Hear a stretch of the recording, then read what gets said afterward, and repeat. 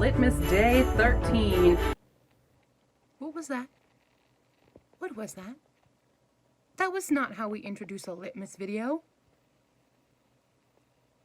Fucking useless, Q. Today, we're gonna be talking about books that y'all need to be talking about more. All right, that's right. We are talking about some underhyped books that deserve way more love in the bookish world. I have chosen 10. Honestly, that wasn't intentional. Intentional. And that's the end of the video, folks. But I have chosen 10 books to talk about with you guys today that I think need more love and need to be talked about more. Some of them, it's mostly because they're published a little bit earlier in the decade. But I do think they still deserve some good love and hype. They're in no particular order, by the way. It's just however they landed on my bed when I pulled them from my shelves. But the first one is Fate of Flames by Sarah Roffley, and this is the beginning of the Effigies trilogy, which I am working on continuing, and I love this. This is pitched as Sailor Moon versus Kaiju, but it's a little bit darker than that because it's also a little bit Buffy in the sense that when one superhero dies, another one rises in her place.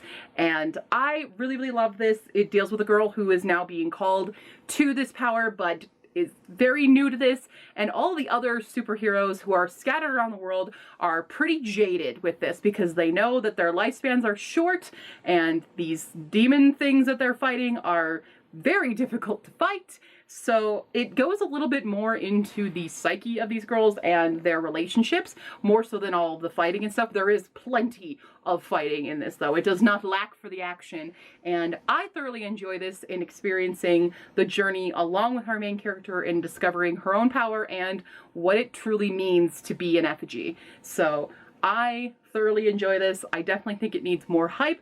I also think it needs maybe a cover redesign. I don't know. I think it could get spruced up a little bit, but I really, really enjoy this. Next up, this one has a teensy bit of hype, but not as much as it should, and that is These Witches Don't Burn by Isabel Sterling. This deals with witches, but in a very modern sense, that they are just normal, regular people, and there are lots of different kind of types of witches, and it's very gay. It deals with a new romance between a bisexual girl and a gay girl, and there's like some drama in the past and dealing with keeping their secrets safe because of witch hunters, and it's a very fun read that I think would make a great movie, especially for teen audiences, because I mean, aesthetically, look at it, but it's really fun.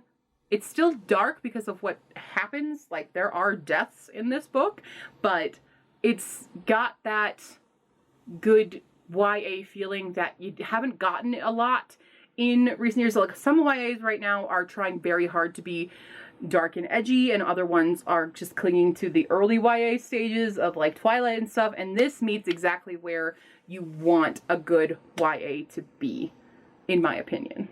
And I think it should be talked about a lot more. Next one you might be surprised about because the author is quite well known, especially in YA literature, but I think this book of hers in particular does not get the love it deserves, and that is The Young Elites by Marie Lu. I love this because this, honestly, you don't realize going in, and I'm going to spoil that bit for you, but I mean, it's been out for a while, so it's on you. The main character you think is a hero, but turns out not that at all. And it's very interesting because our main character has this power with illusions, and she really wants to be a part of the Young Elites, who are these super powered, it's fantasy world. So it's like superheroes in fantasy, which is really, really cool to me. And she wants to join up with them, but things happen, people die. She gets wrapped up in this kind of conspiracy stuff and trying to make herself more powerful. We have fantastic other characters in this that are really well developed because, you know, it's Marie Lu. She knows what she's doing. But I feel like this book does not get the hype it deserves, like how Legend. Personally, I like this series more than Legend. And it's okay, but Kingdom of Bach is still like my favorite book of all time by her right now. But this deserves so much more love, and I don't understand why. Again, it might be the cover.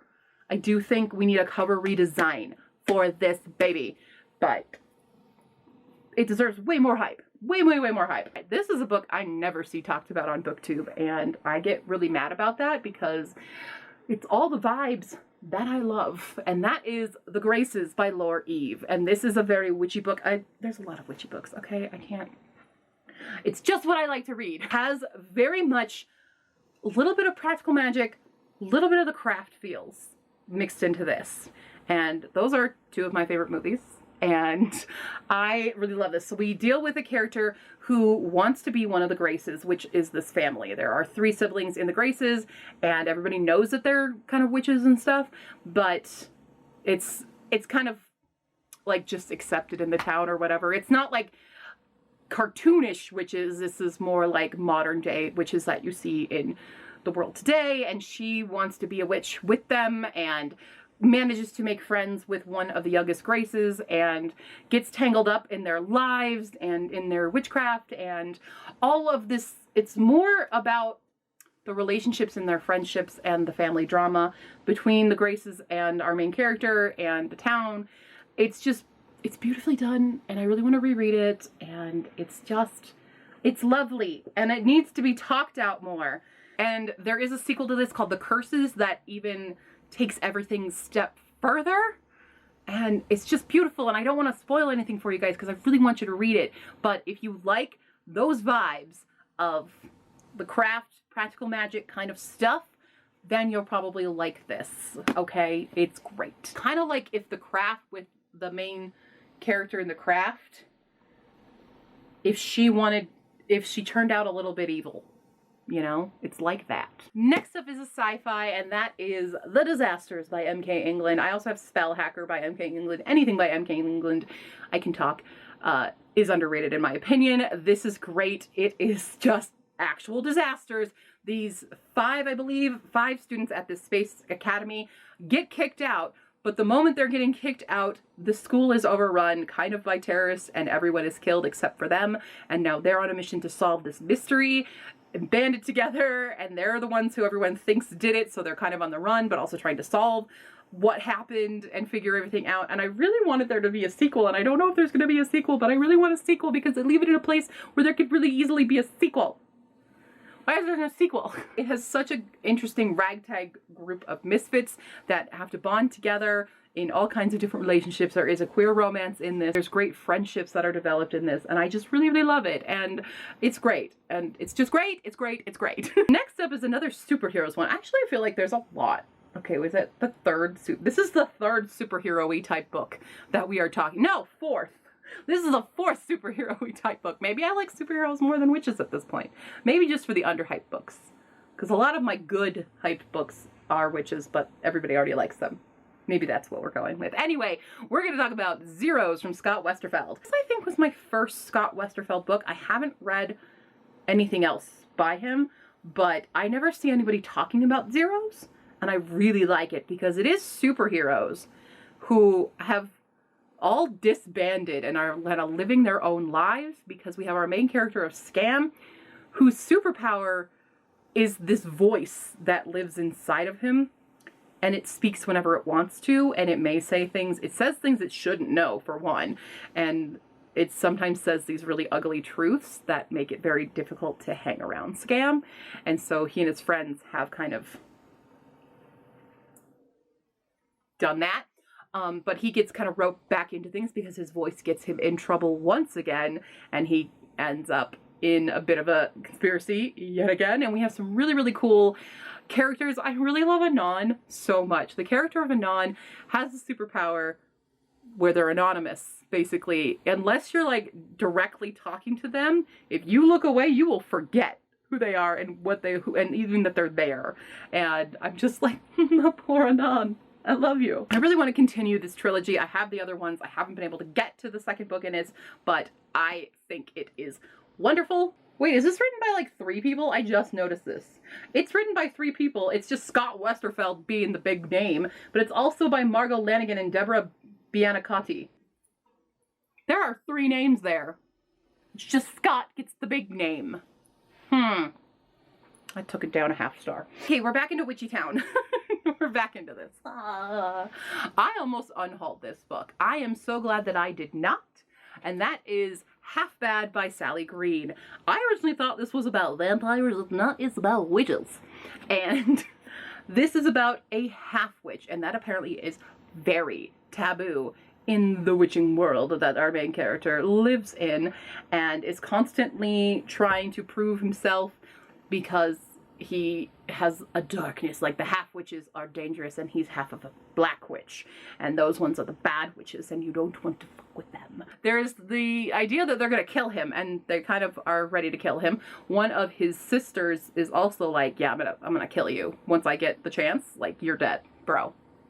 Literally, bro, you're dead. A very complicated family relationship in this one. It's just a really well done book. It's very, I don't even know how to explain. It's just really, really good. It's really compelling read, and I just noticed that the thing in here is a face. I just noticed that this is an outline. I thought it was just splash of red color, which is why I thought it was blood, which is why I thought this had vampires in it. That's a face. That's a profile. Don't look at my profile. It's terrible. Ha! I'm sorry. I'm just kind of... what do the other ones look like then? Hold on. Oh, okay. The sequel's a wolf. Sequel's a wolf. The third one's in there somewhere. Half Bad. It's great. We meet some really great characters that I really loved, and I'm really sad because I'm really scared one of them is dead, and I don't know until I read the sequel. Yikes. Another one I almost unhauled, but I'm glad I gave it a chance, was Sunshield by Emily B. Martin. This, I believe, is a duology. Might not be, but I think it's a duology, and the sequel is called Floodpath, which I don't own yet, but I would like to because this was such a surprise. We have the Sunshield Bandit, who frees slaves from slaver wagons, and is just a badass and pretty awesome. We have not a royal, but someone of status who ends up entangling themselves in the royal court by trying to build an alliance between them and the main country that we're dealing with, and also a kidnapped Ashoki, I think it's right, Ashoki, who are kind of like truth sayers in this world.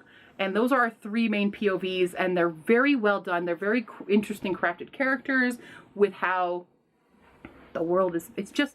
It's like a Western, but a fantasy, and I usually don't like Westerns, but I did really like this because it's the Sunshield Bandit. I'm sorry, I can't do that without, I can't. Like, just ignore me. All right, click away. Just click away, you're done. I really, really loved this. It was super, again, compelling, and I really love the characters, and I need to figure out what happens because we do leave off on quite a cliffhanger. Not a full cliffhanger. Like, it does complete the arc, but you're knowing, like, we've got way more going on. And even though some of the twists I did pick out early on, I'm not mad about it. Okay? I've talked about this book before. We're going to talk about it again because I read it this year and I super love it. I talked about it in a video recently, and that is None Shall Sleep by Ellie Marney. This book needs to be talked about. It's great. It's kind of a Silence of the Lambs retelling, but for YA and without the transphobia. I really, really like this. I loved the audiobook. I highly recommend the audiobook because there are points where you're reading the book and it's like the female audio narrator is talking, and then they interact with another character, and suddenly that's the serial killer's voice, and it makes you go, ah! It's great. It's a great experience. So I highly recommend this one on audiobook. We have the amazing Simon Goodmanson, who is a teenage, well, he's not teenage anymore, but he was a teenage murderer who killed a lot of people and positioned them in fancy art because that's what he was called, the artist. And he's a very interesting character that makes a bond with Emma, who survived. She's like the last bride is what they keep calling her, of this other guy who kidnapped a bunch of girls to be his brides, and she escaped, but the other girls did not, so she's like a final girl. And along with that, she has a partner in this who was the son of a cop. I don't know if he was a cop. He was some kind of police person, but was killed by Simon. So, a little strained there. But they are recruited by the FBI to start interviewing teenage serial killers to try and help solve an active case of a teenage serial killer. And it's really, really cool. So, I thoroughly enjoyed this book. It is gruesome. I mean, it's a horror. It's a slasher. Okay, this is a slasher book. It's suspenseful, it's very good, it's very well done, and I think more people should be talking about this. All right, finally, the very last book that I will be mentioning that I think needs greater hype in the world is A Sky Without Stars by Jessica Brody and Joanne Randell. This is a Les Mis retelling. It is a chunk, but it's fine. But it's a Les Mis retelling, but not dealing with Jean Valjean. It's dealing with the characters of Marius, Cosette, and Eponine. And Chatine, they go by different names because this is also a sci-fi retelling of Les Mis. And Chatine is the best. She's just the best, and I love her. And I love that we get way more development in this. I'm going to say it's a loose retelling of Les Mis, but it still is a retelling of Les Mis. Like, you definitely get that. I do wish Enjolras had way bigger of a role than he does, but it's fine. I read the first 2 books. The third one just came out, and I really would like my hands on it. Don't worry.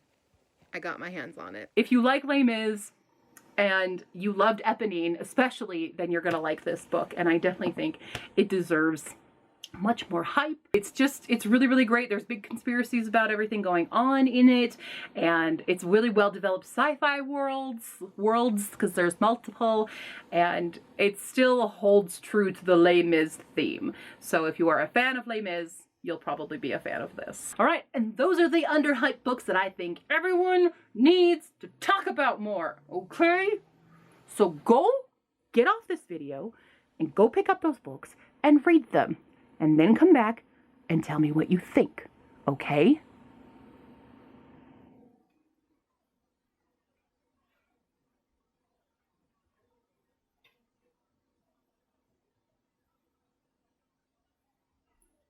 What the hell are you still doing here? Go get the books. Okay, cuties, now that I've made this weird, I'm gonna go. Leave your questions and comments down below or on Facebook, Tumblr, and Twitter. Check me out on Ko-fi if you want to support me as a content creator. I would super appreciate it, and I will see you tomorrow. Bye!